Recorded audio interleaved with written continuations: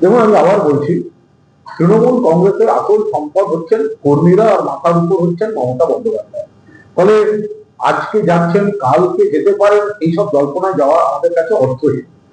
কিন্তু একটা জিনিস জেনে রাখুন, এই যে তৃণমূল থেকে কারুর দূরত্ব তৈরি করা বা তৃণমূল থেকে একটু সরে যাওয়া, এটা কোন রাজনৈতিক শক্তি, বিজেপি শুধু নয়, তার সঙ্গে পুলিশ প্রশাসনকে ব্যবহার করা হচ্ছে। ফলে অনেকে একটু চাপ খেয়ে যাচ্ছে, যেভাবে তাদের উপর বা তাদের ঘনিষ্ঠদের উপর মামলা, মোকদ্দমা, গ্রেফতারি, ভিত্তিহীন মামলা, পুরনো মামলা, এইগুলোতে তাদের একটু সমস্যা হচ্ছে। ফলে কোনো কোনো সময় আমি আপনাদের দায়িত্ব নিয়ে বলছি, যারা সাংসদ ওদিকে গেছেন বা যে বিধায়কদের বলা হচ্ছে, তাদের মধ্যে কয়েকজন একেবারে গদ্দার, মানে জেনেটিক সমস্যা, কিন্তু বাকিরা কিন্তু তা নন।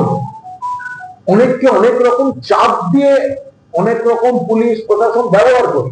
এদের মধ্যে বহু মানুষ কিন্তু তারা কিন্তু মমতা বন্দ্যোপাধ্যায়ের সঙ্গে যোগাযোগ রাখছে, কিন্তু আমরা এই মুহূর্তে প্রোটেকশন দেওয়ার জায়গায় নেই। আজকে একটি ছেলেকে দিয়ে গিয়ে যদি দিয়ে দেওয়ার, আমি বলছি আপনাকে,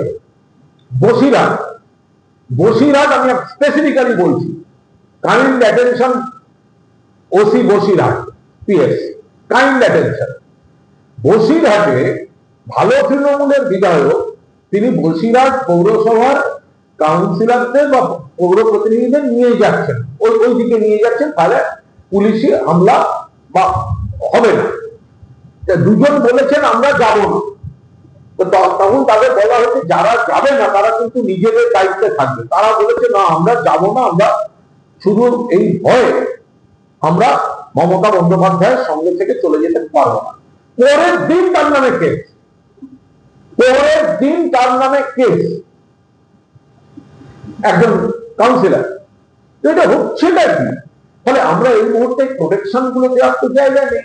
সেই কারণে এটা একটা পুলিশকে ব্যবহার করে তৃণমূলকে ভাঙার জন্য একটা অন্য ক্যাম্প তৈরি করে, যাদের বকলসের শিকলটা মুখ্যমন্ত্রী এবং বিজেপির হাতে ধরা, তো তাদেরকে দিয়ে এইভাবে একটা ভাঙনের চেষ্টা করাচ্ছে।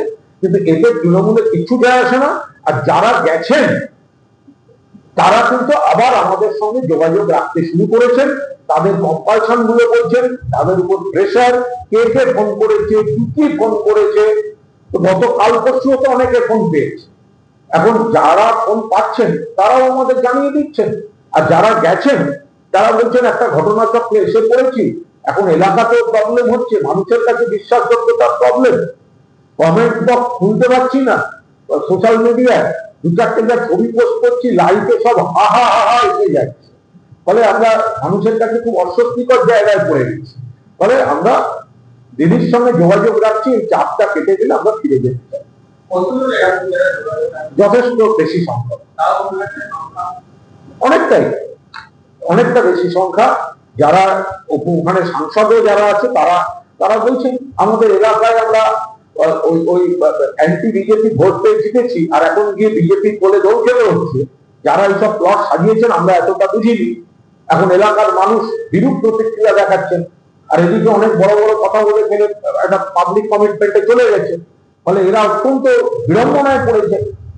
ফলে তারা মমতাদির সঙ্গে যোগাযোগ রাখছেন, আমাদের এদিকে চলে আসতে চাইছেন, এবং স্বভাবতই পুলিশ প্রশাসনের জন্যই একটুখানি পুলিশ যদি পুলিশ এই গেমটা থেকে যদি পুলিশ প্রশাসন সরে যায়, তাহলে 20-র মধ্যে ওখানে 3 থাকবে খুব বেশি হলে ওদের দিকে, আর একটা পচা পথুকে আমরা নেবো না, ঢুকতে দেবো না, গেট থেকে ঘাড় ধাক্কা দিয়ে তারাও এবার ফিরতে এলে। আর হচ্ছে এই বিধায়ক যে গল্প, তার অন্তত 55 থেকে 56 জন পুলিশ সরে গেলে তারা পরের দিন জয় মমতা বন্দ্যোপাধ্যায়, জয় বাংলা ধরে বিধানসভাতে মিছিল করে দেবেন। পার্থক্যটা গড়ে দিচ্ছে পুলিশের চাপ। আমরা তো একসঙ্গে অস্বীকার করছি না, 65 জন ওনাদের সঙ্গে রয়েছেন, ব্র্যাকেটে সহযোগিতায় কাটছি কলকাতা পুলিশ বা ওয়েস্ট বেঙ্গল পুলিশ। পুলিশের সহযোগিতা ওদের সঙ্গে থাকতে বলা হচ্ছে, ওরা ফ্যাক্টর নয়। ওর ওখানে একটা শালগ্রাম ছিলা বসিয়ে রেখে দিল, পুলিশ যদি বলে দেয় ওইদিকে যাবে, অ্যারেস্ট করবো। ওরা যেটা বলছে আমাদের সঙ্গে 65 জন, ওদের সঙ্গে মানেটা কি? পুলিশের চাপে 60 জন, বাকি 5 জন হচ্ছে কে গুপ্তধন, কার খুনের মামলা, কার বেআইনি বাড়ি, এইসব বাঁচাতে যাচ্ছে।